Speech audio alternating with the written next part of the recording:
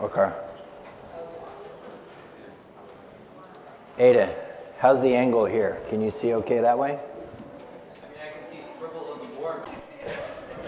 Apparently, it's fine. Okay. Very good. Thank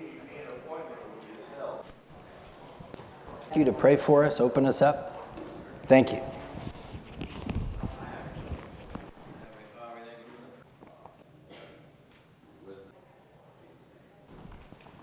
Third verse, send grief and pain.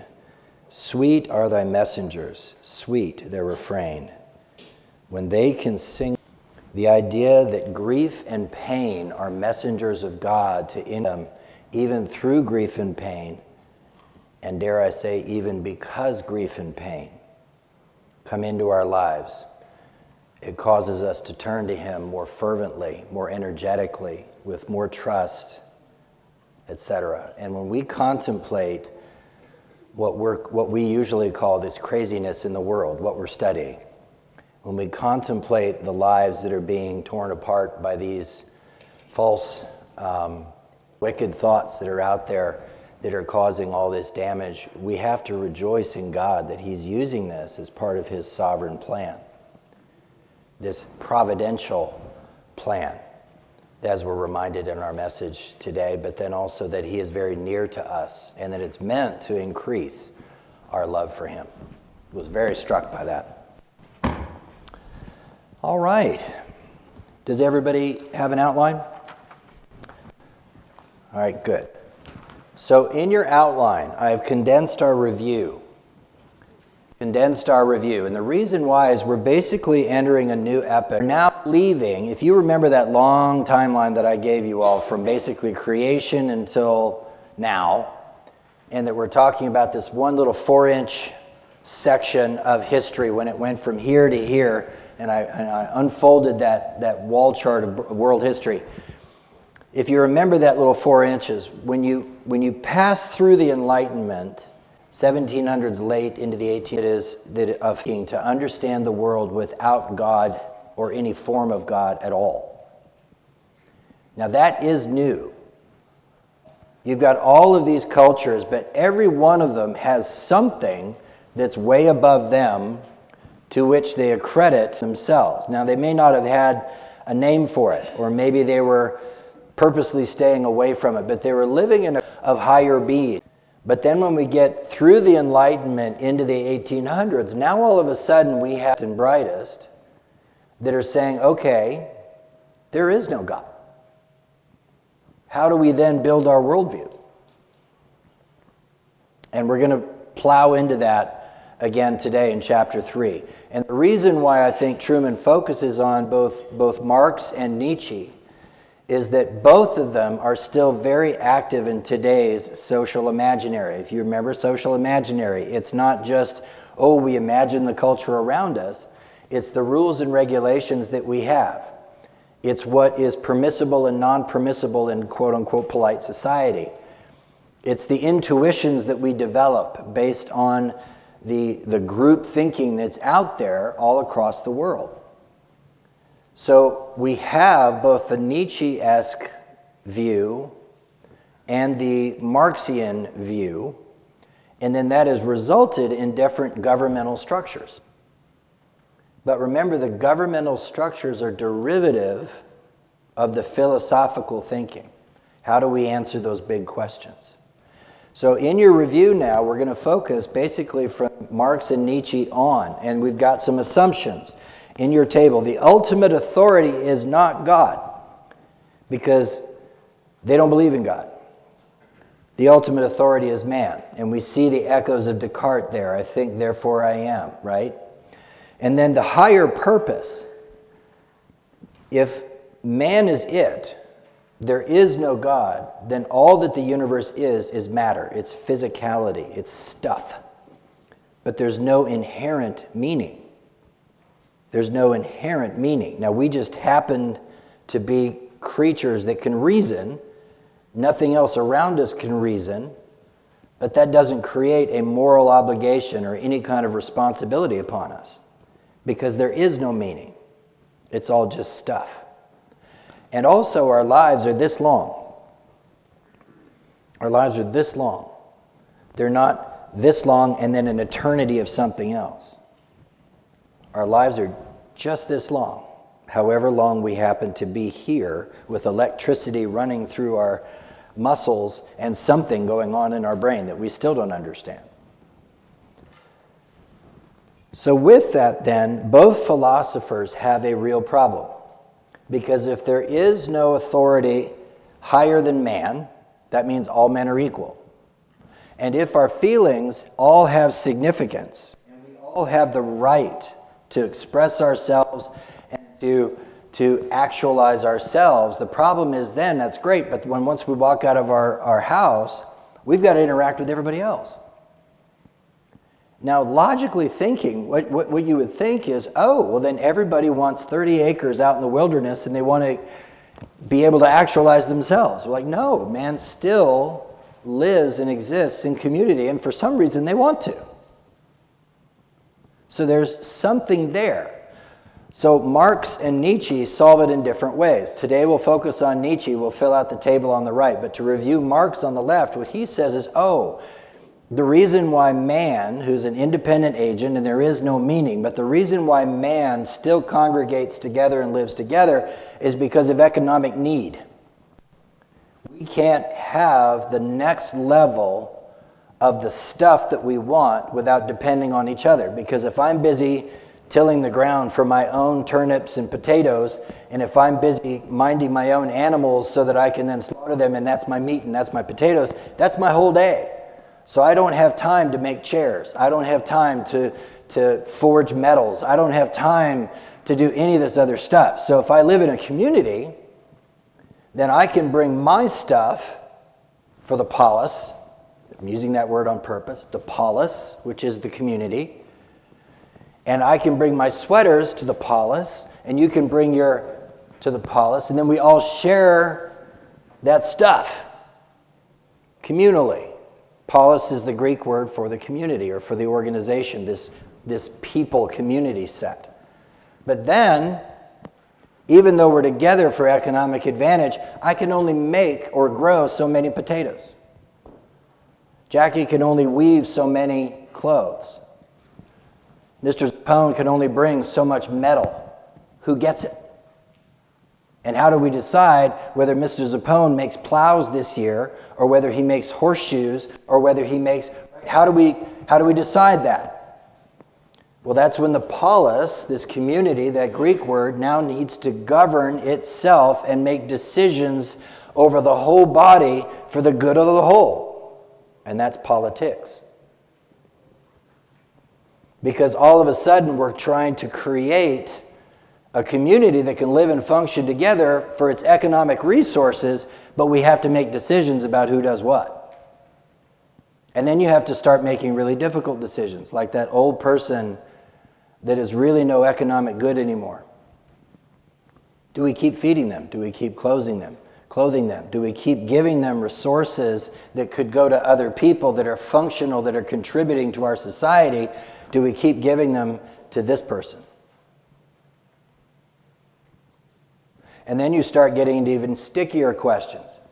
Because the children that are coming up are this next generation, and that's fantastic, but what if that family is not taking care of their children adequately?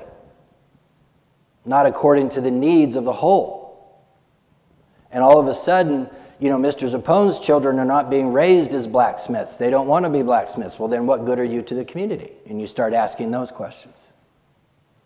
So you see how that mindset, the economic need basis, that's the totality of your relationship together. That's why you're together. That's the purpose of it. And how you quickly have to start getting into those political decisions for the good of the whole, and it dominates everything. And every single activity then becomes a political activity. Well, why are you out there swimming around when you should be learning how to do what you need to do in order to support the people? Why are you in Boy Scouts or Girl Scouts when you should be learning to do what's in the people? Why are you doing what you're doing when you should be? You see that? And in fact, we have some examples of that, like in the United Kingdom. They have a socialized medicine system where everybody pays into the kicker for everyone's medicine. Well, then you've got everyone saying, well, why should I pay for the medical care of that person when they've smoked like a chimney their whole stinking life? Why should I? Why should I pay for that person that's drunk like a fish their whole life? Why should I pay for that person's health care when they're 89? Why? So you see how quickly, without God, without a moral standard that comes from above us, how quickly we dissolve into economic discussions and pragmatism, and then how wicked that becomes. Now, Nietzsche solves this in a different way. Let's get into Nietzsche. That was our review. Let's get into Nietzsche. Page 59 in the middle. We're going to see this, we're going to have like a new start. Ben, do you have a book? Can one magically appear for you? Oh, look at that. 2 of them just flying at him, flying right at his face. All right, page 59, you'll see a heading there. Friedrich Nietzsche and the Death of God. Just read that paragraph. Like Marx, Nietzsche both assumes.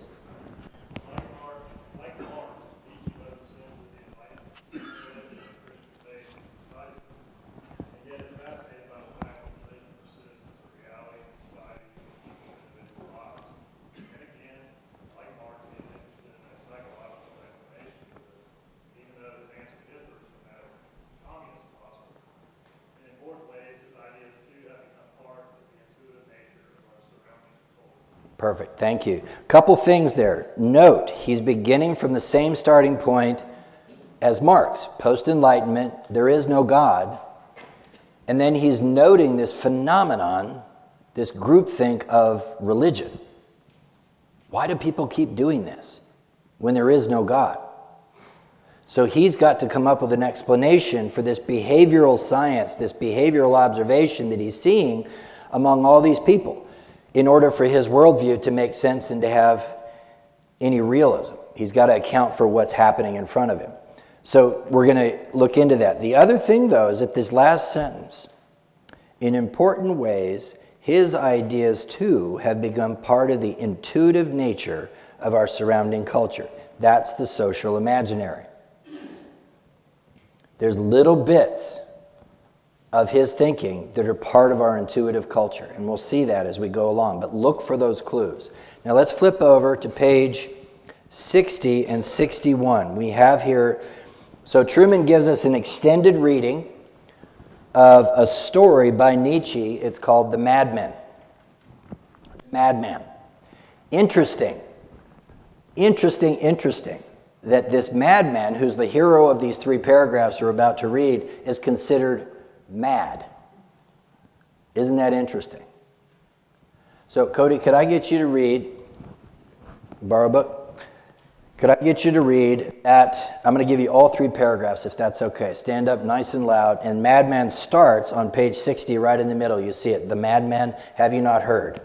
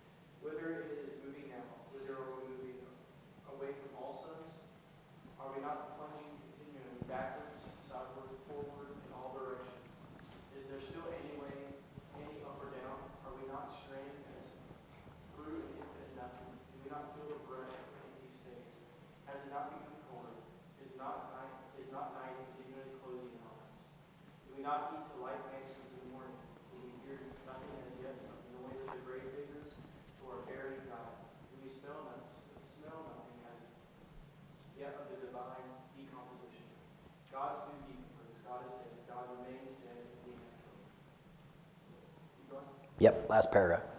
How shall we comfort ourselves, murderers of all murderers? What is holiest and mightiest of all that the world has yet owned has bled the death of our eyes? Who will wipe this blood off of us?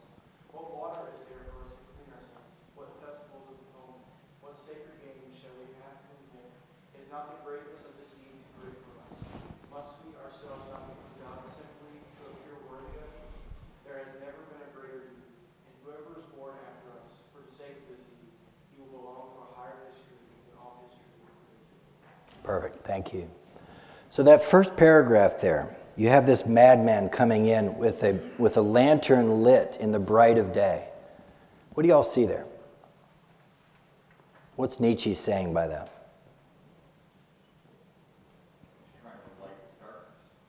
Yeah. And what's the darkness that this madman is lighting in? What is he telling these people that are laughing and mocking him? He's bringing light to them. What's he telling them? What's that? They're sinful. Nope, not sinful, because Nietzsche wouldn't use that. We killed God. Yes, but that's later. As if perhaps there's already light, so madman doesn't need to bring a light. It's foolish for bringing a light that is not needed.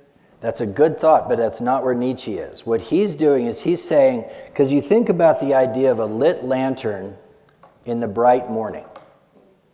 Doesn't make sense. So it's clearly supposed to be showing us that this madman turns out to be the only guy that actually has the truth. He's bringing light to these people that are scoffing at him. The people that are scoffing at him don't believe in God. But what he's doing is he's calling them to account, saying, wait a minute. Yeah, we killed God. But have we thought about this? Have we really thought about the implications of the fact that the Enlightenment was correct, there is no God, but have we thought about this? And so this madman with these piercing eyes is like locking eyes and saying, have you thought about it? Have you thought about it? Have you thought about it? Because if this is true, and this is where he takes us. So if you look at that first paragraph, what he's doing is he's recognizing that these that are the laughing at him, the mocking at him, whatever, they don't realize the implications of not having God in their life. And so he's bringing that to them in the first paragraph because they're laughing at it. He's like, oh, no. Hold on. And then in the second paragraph, he starts asking some questions. So what are the questions that he's asking? Go ahead and just call them out. Where is God? Where is God? What else? More specific questions. How do we kill him? How do we kill him? Yeah. How do we atone? That's a little later, but yes. I will tell you, give him the witness. So right in the beginning, I want to draw our attention here. This is the poetic stuff. Remember when we talked about how to read your Bible and all that type of stuff and everything? How could we drink up the sea? Who gave us the sponge to wipe away the entire horizon? What were we doing when we unchained this earth from its sun? Where is it moving now? Where are we moving? He's looking to creation and he's asking questions. Because if there is no God, gang, we've got to figure out how to deal with creation. How can we be so stupid? They don't admit that they're stupid. There's a madman saying that. Well, he's not saying that they're stupid. What he's saying is you haven't reckoned with the implications, and we must. Yes? Well, the sun seems to be representing God, and we revolve around him, the center. But now man's the center, and so we unchained ourselves from God. Mm-hmm. And all the implications of that. So these are... What's that? That's what I meant by stupid. Well, I don't want us to kill ourselves here, but the idea is this. Hold on 2 seconds. The idea is this. If there is no God, and we now remove God from our thinking, living structure, now we have to look at the sun and the moon and the stars, and we have to come up with the idea, well, how did they get there? How do they stay in place? How does the earth still rotate around the sun? How are they linked together? How are they chained together? all of the questions that we just assumed or ascribed to God now are gone. And every question that exists is back on the table. And we, those that have killed God, have to answer it. Otherwise, we don't have a system that deals with reality and the world as we see it, do we? Because any system of thought, if it's going to be cohesive, if it's going to be real, you have to answer the big questions. How did the universe get here? How did we get here? How does the universe fit together? How does it continue on in its way? Why does it all work? Yes? Is that why he's, so I was going to ask, because it almost seems like he's saying we have to take the place of God, because he says, must we ourselves not become God simply to appear worthy of the deed that we've accomplished? That's exactly right. So if you didn't hear it, in paragraph 3, the summary take is, the money quote is, we ourselves then must become gods, which is exactly where the author's going. That's where Nietzsche's going. We got to come up with this stuff, guys. Because we killed God. We intellectually proved, quote unquote, God does not exist. Okay. Well, now we have to build an intellectual system and worldview that works where there is no all-powerful, omnipotent creator God. Do you see where he's gone with that? And so this madman becomes, in a sense, Nietzsche. You've got this guy coming with a lamp saying, hey, wake up. That's the symbol, even though it's the broad morning, and people are laughing at it. But he's telling them, y'all haven't seen what you've done or the implications of it. And now we ourselves are going to have to come up with the rituals. We ourselves are going to have to come up with the blood atoning whatever, because we ourselves did this.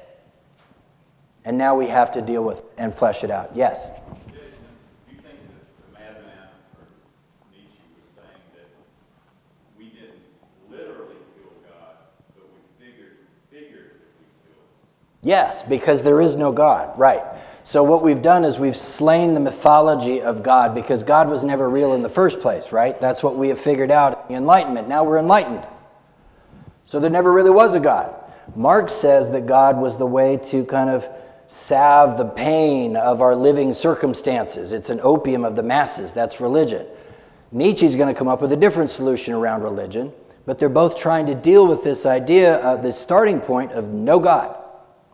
Man has no meaning. Therefore, man creates his meaning. Marx solved it one way. Now we're going to go to Nietzsche. Yes, Mary? It has to be more convincing than the history that's been lived on the higher history. So it's going to be made up. Yeah. But it's got to be very convincing. What Mary said is it has to be more convincing than all the history that's been lived all these years. It's going to be made up, but it's got to be more convincing. And that's another important point. All of world history, then, needs to be redrawn and reinterpreted in light of the fact that all these people didn't really know that there was no God. They believed in this fictitious God. So now we go back and we're going to rewrite history from a different perspective. You see how everything is back on the table with those worldviews? So let's see what Truman says about this. Page 62, the first paragraph. Could I ask you to read the first paragraph for us? Page 62. Mr. Yeah, Kevin? Thanks, Steve. 62, top of the paragraph. The madman here challenges.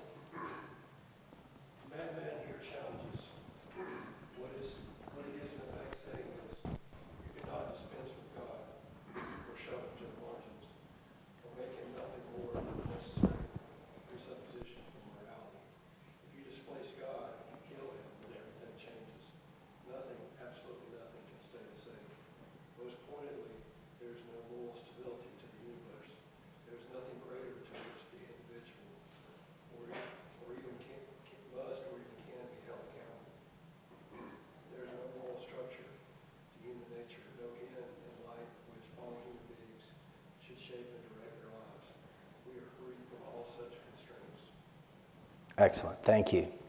So if we're free of all constraints, And yet we ourselves must become gods, which is a correct statement. Without God, man is the highest being. Because we look around and all we've got is deer and antelope and rabbits and cows. So we all then must become gods. Doesn't that sound Garden of Eden-ish? This is not new stuff. This is old stuff. But it's dressed up in a different way. And through awareness of how this is coming down to us, what we're doing is we're heightening our awareness and our sensitivities to everything that keeps feeding to us in every way that we digest information all day long. That's how this is helping us. So let's look at page 63, the middle of the paragraph here. Neil, could I ask you to please read? So page 63, I want to pick up right here. Marx Nietzsche sees religion's continued existence, and then read through the end of this paragraph. Now, here's the problem. Nietzsche still has to deal with religion. We know how Marx dealt with religion. Nietzsche just declared God is dead, and he's trying to wake everybody up to the implications. But now he's got to deal with this empty husk, this religiosity that people have, because it still keeps happening. Why? This is how he starts his answer. Go ahead. Marx, Nietzsche, sees religion's continued existence in the modern world as something to be explained in psychological terms. This persistence of belief in God fulfills a twofold function.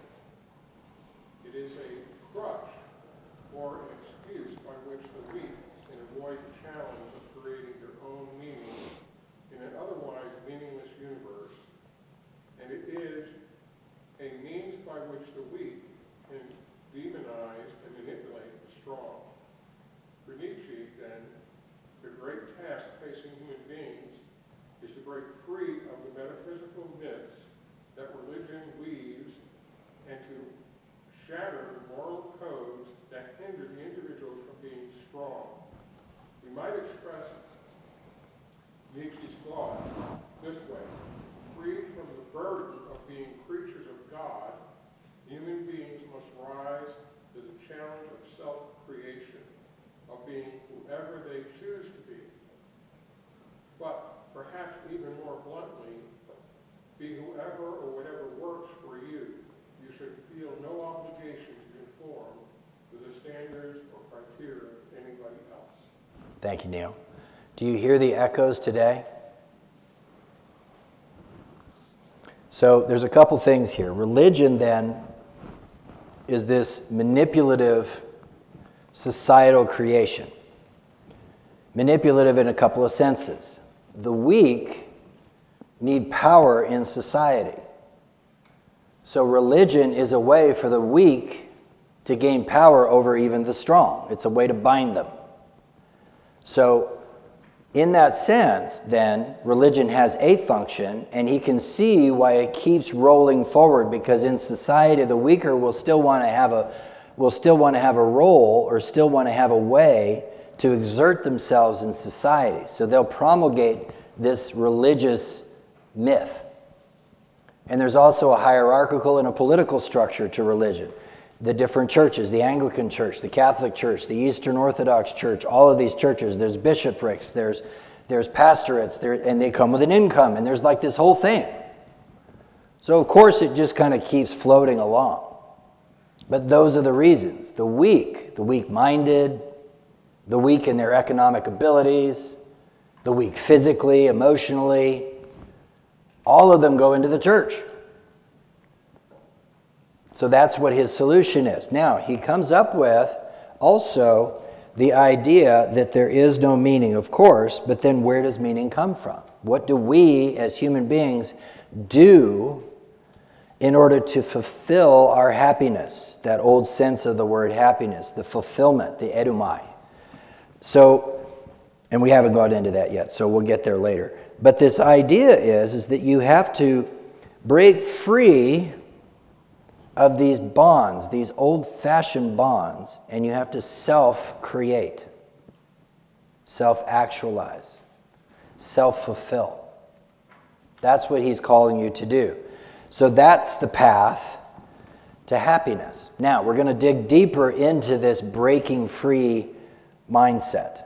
We'll get into that a little bit deeper. Go from there. Yes, Mitch, are you volunteering to read? Thank you. He's got this panicked look on his face. No, go ahead. But I did have a question. Yeah. I'm having trouble, like Marx is always, has said like religion is open to the masses. Nietzsche is saying the masses are the weak ones, or the religion are weak.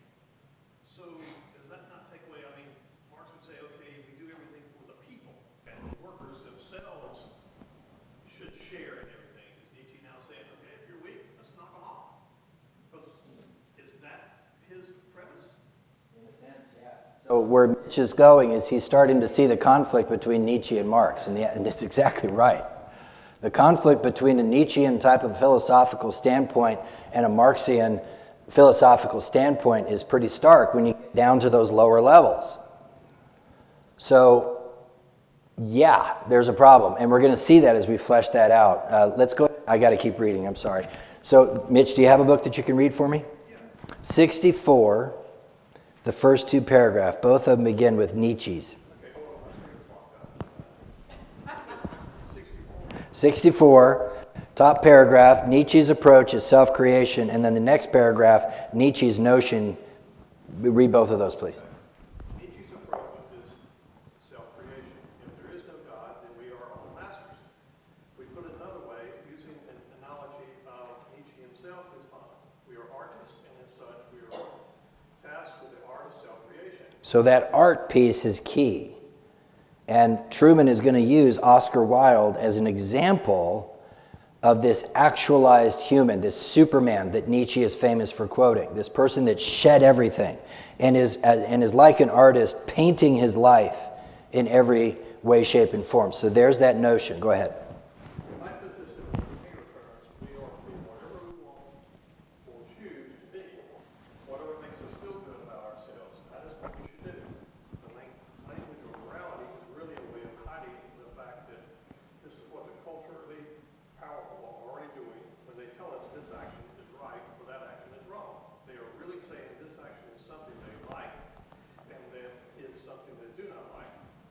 They are simply giving their personal taste, things that they find helpful and convenient, things that they find in positions of power and influence, a veneer of transcendent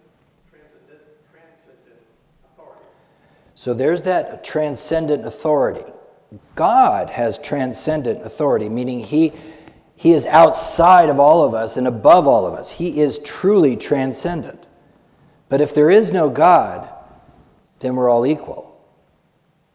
So on what basis then do you govern me?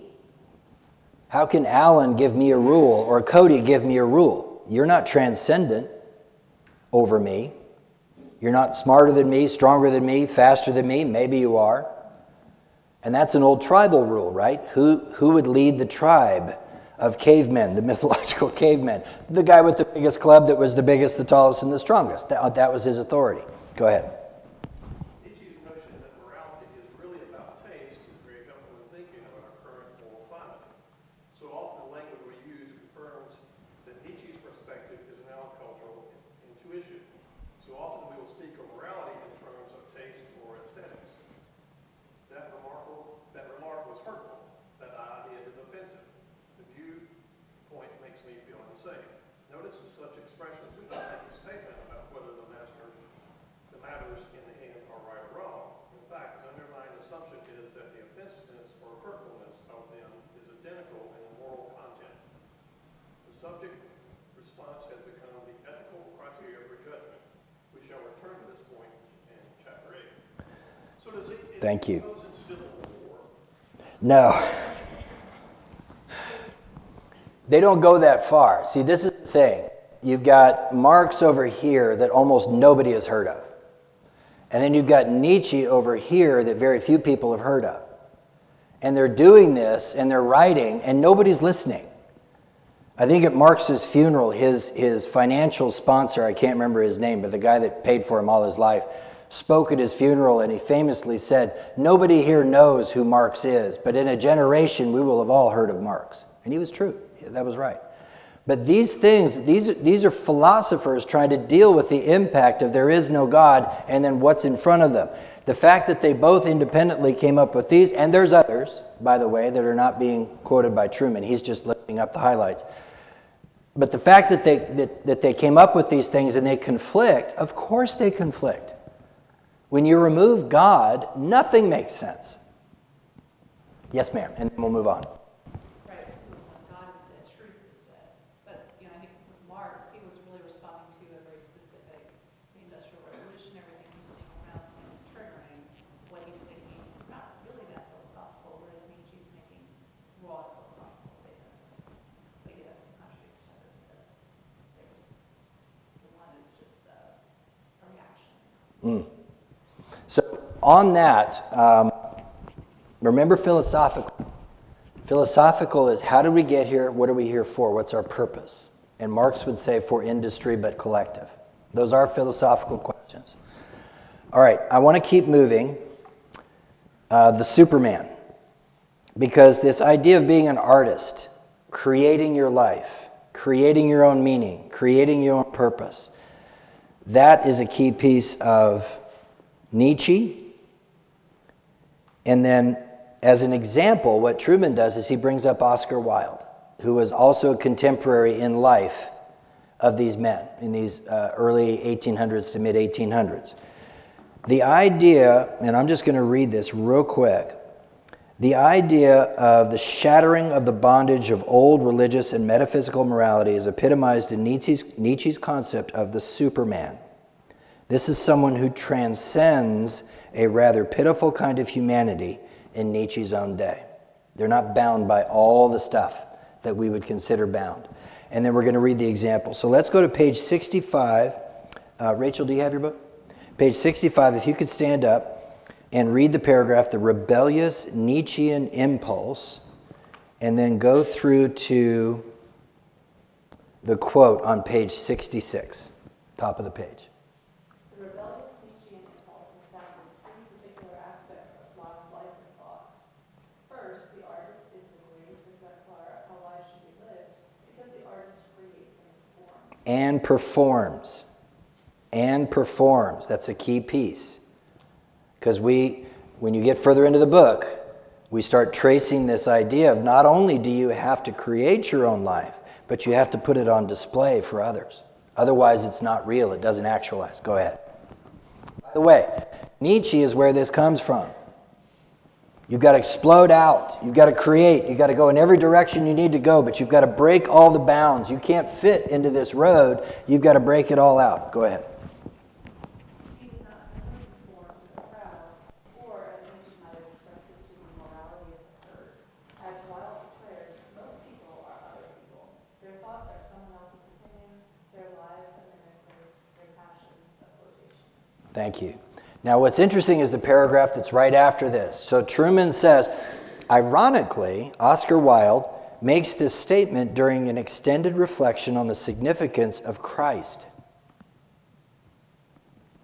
Wilde was commenting on the significance of Christ. Now, two things on this. Don't ever think that Marx and Nietzsche and Descartes and all of these philosophers hadn't read all the old stuff. They had. They were educated men. Don't think that they hadn't read the Bible, because that was required. These men had some biblical knowledge, some understanding. It was part of the tapestry of an educated person.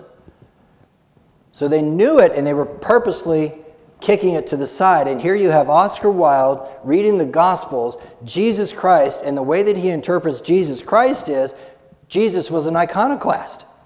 He was breaking all the norms. He was the best artist ever. You had these stodgy Roman cultures, these stodgy Jewish cultures, and here comes Jesus, and he does his own thing. And he said, that's the significance of Jesus Christ.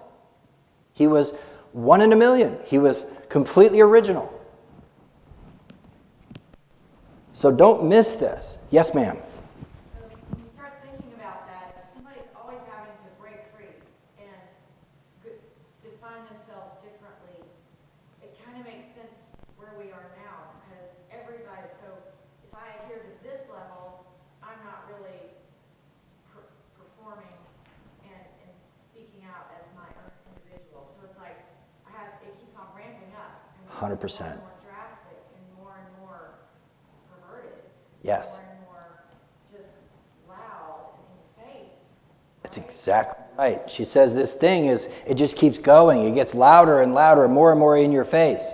And that's right, because part of your growth, your actualization, is breaking whatever boundaries there are. But there's a problem with that. What if there aren't any more boundaries? Where do you go to find boundaries in a world where there are no boundaries? Which we've kind of getting to. Well, then you have to go back and start over. It's circular, just like Marx. Did any of you all, so we've had an election, yes, but did any of you all hear this mantra, conservatism is the new cool? I even heard a guy saying, hey, you want to rebel? You want to be like your parents were in the 60s? Do you know a way to do that now? Conservatism.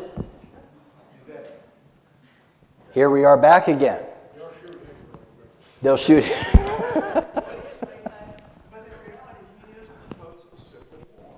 Yeah.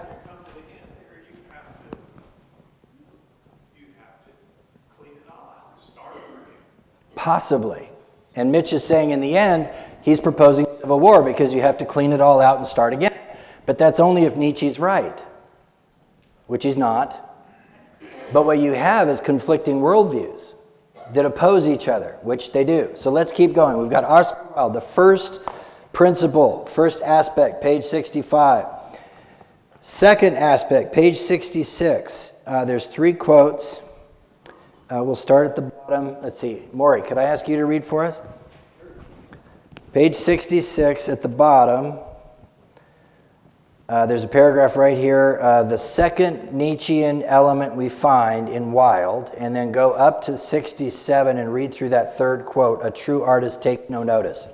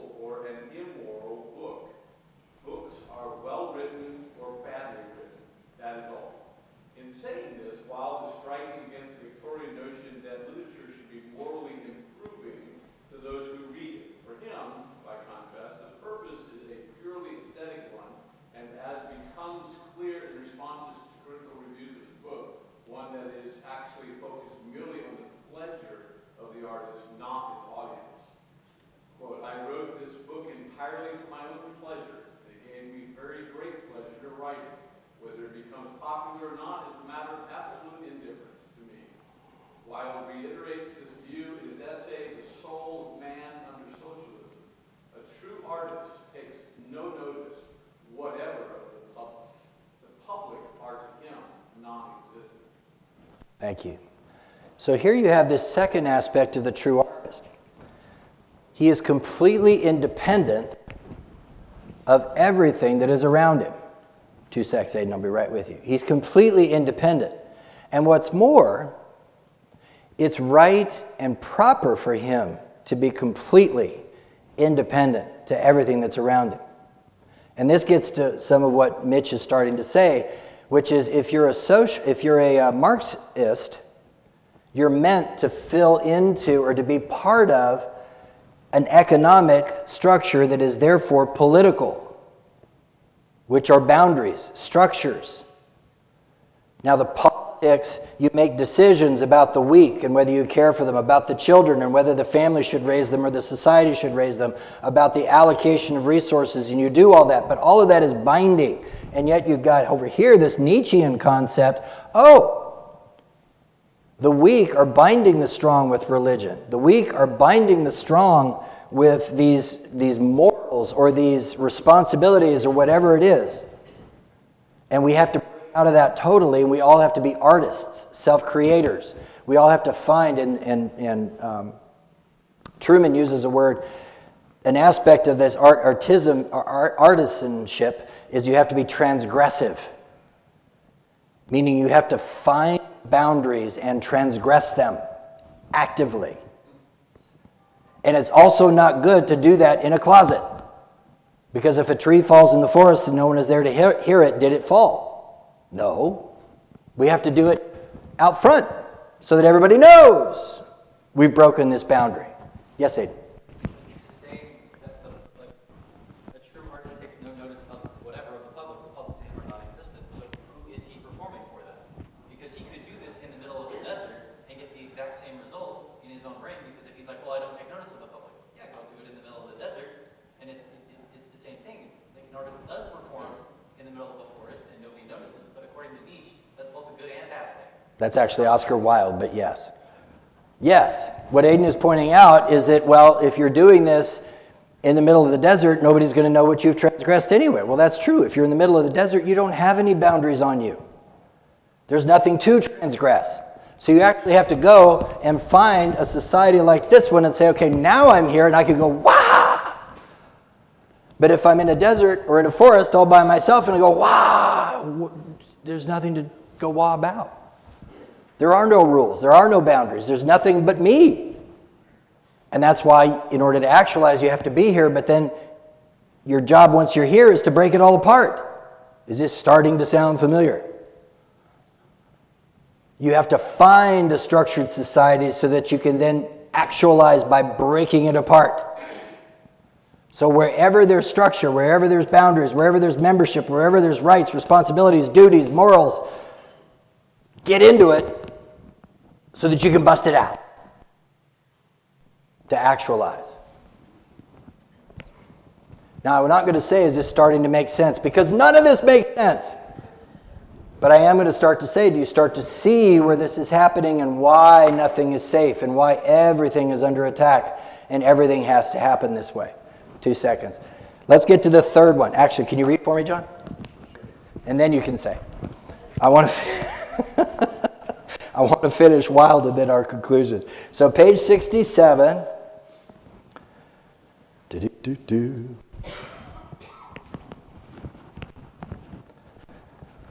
leads to the third aspect down to about here, and I'll just stop you and then have you jump to 68. So go ahead, stand up, read nice and loud. This paragraph. This leads to the third aspect of Wilde. This leads to the third aspect of Wilde, that is Nietzsche. Ethics is really aesthetics. Say that again. Ethics is really aesthetics. There's one of those pithy little lines. Or a matter of taste. This is Nietzsche's conclusion, given the death of God, the absence of any external authority upon which an ethical code can be built. What is good and what is evil is simply a matter of the taste or preferences of those with power, and indeed the means by which they maintain their power. So pause there and think about this. So ethical frameworks. An ethics is basically a long discussion about what's right and what's wrong. The problem that you have is, in order to determine what is right and what is wrong, you have to have a transcendent authority. Otherwise, we're all going to collectively decide what is right and what is wrong. And what if it's a 52% to a 48% vote? No, you got to stay standing, John. And I didn't forget you had a question, so we're getting there. So ethics then become collective. And they're also fluid, not stable. Now, what Wilde is saying is that ethics have always been a matter of taste. Okay, that's one statement, but whose taste? Do you guys see it in the text?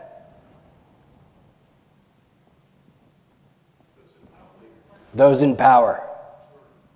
Societal ethics reflect the aesthetics of the powerful because they can enforce it.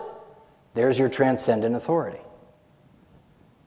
Societal ethics do not reflect the tastes of the weak.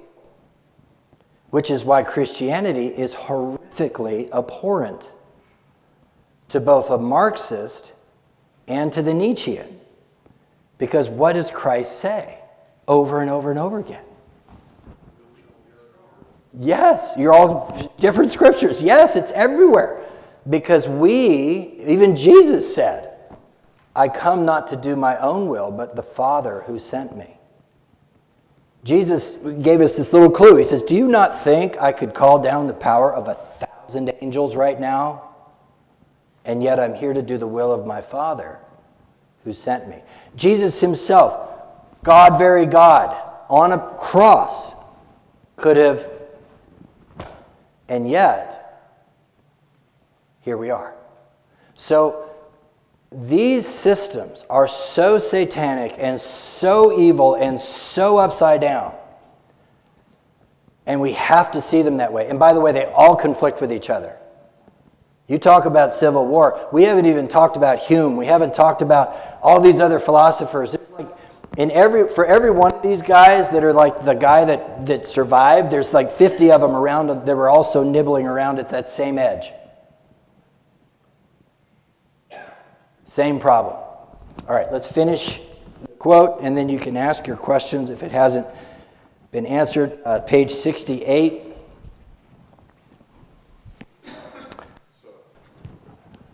Notice that last sentence, all imitation. Now, this is Oscar Wilde. This is Oscar Wilde. Remember, to be an artist, you have to create. You have to be original. Is it appropriate then to copy someone else's work? Remember what Wilde said about Jesus Christ. Oh, he was amazing. He was a total original. Go ahead. Notice that last sentence. All imitation in morals and life is wrong. In short, free, artistic creation of the self is the only moral criterion and imperative.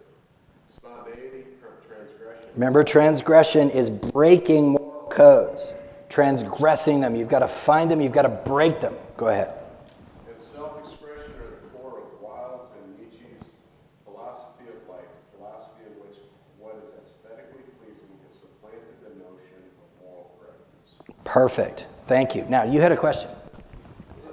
When I was in 12th grade at public school, taking humanities class, I'm not talking like, it wasn't a college graduate class, this wasn't, any advanced class or anything like that, but I remember our humanities teacher who was an open lesbian with a gay son, which in 95, that was, not very common for them to be open about that.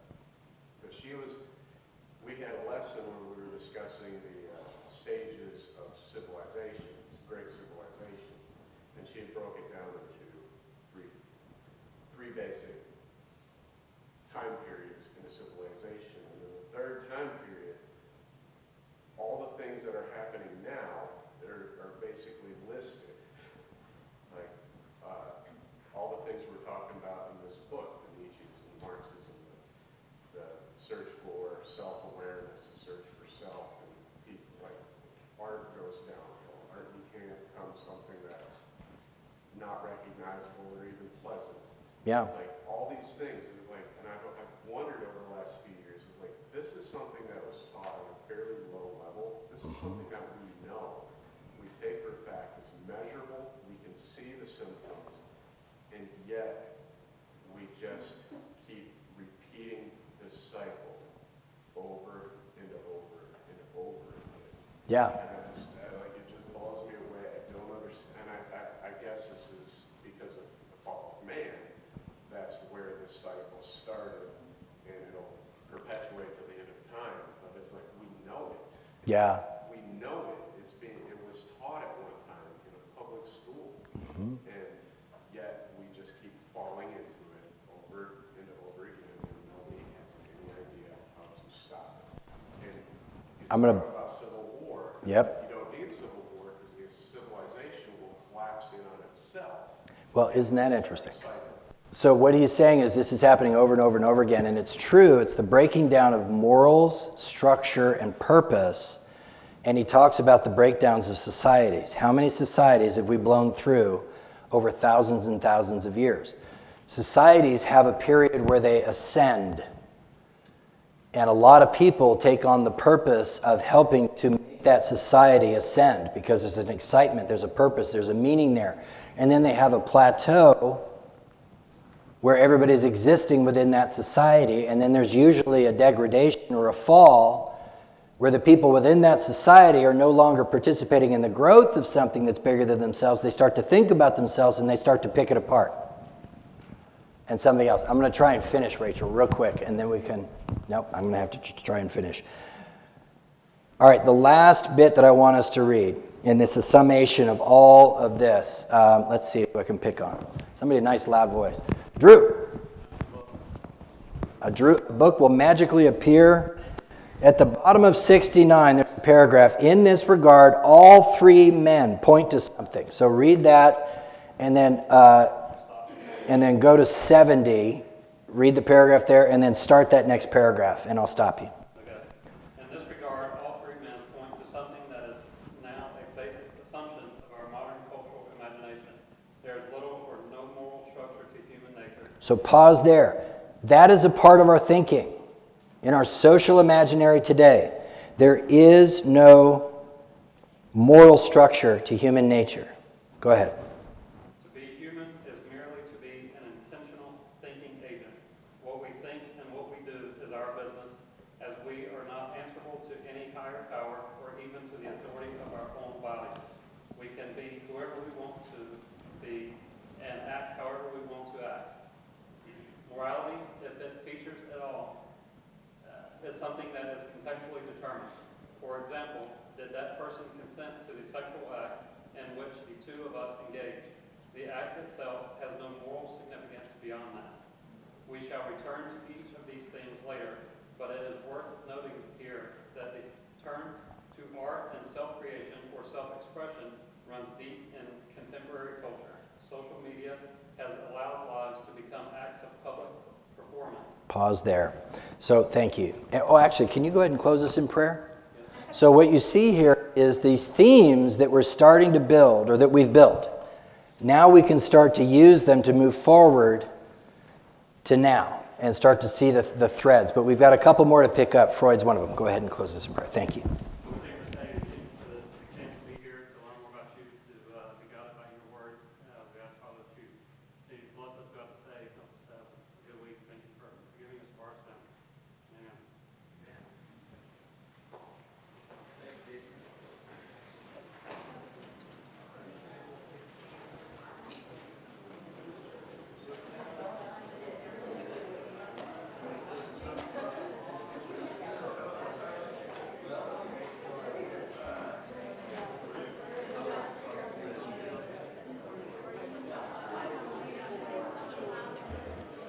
Consistent.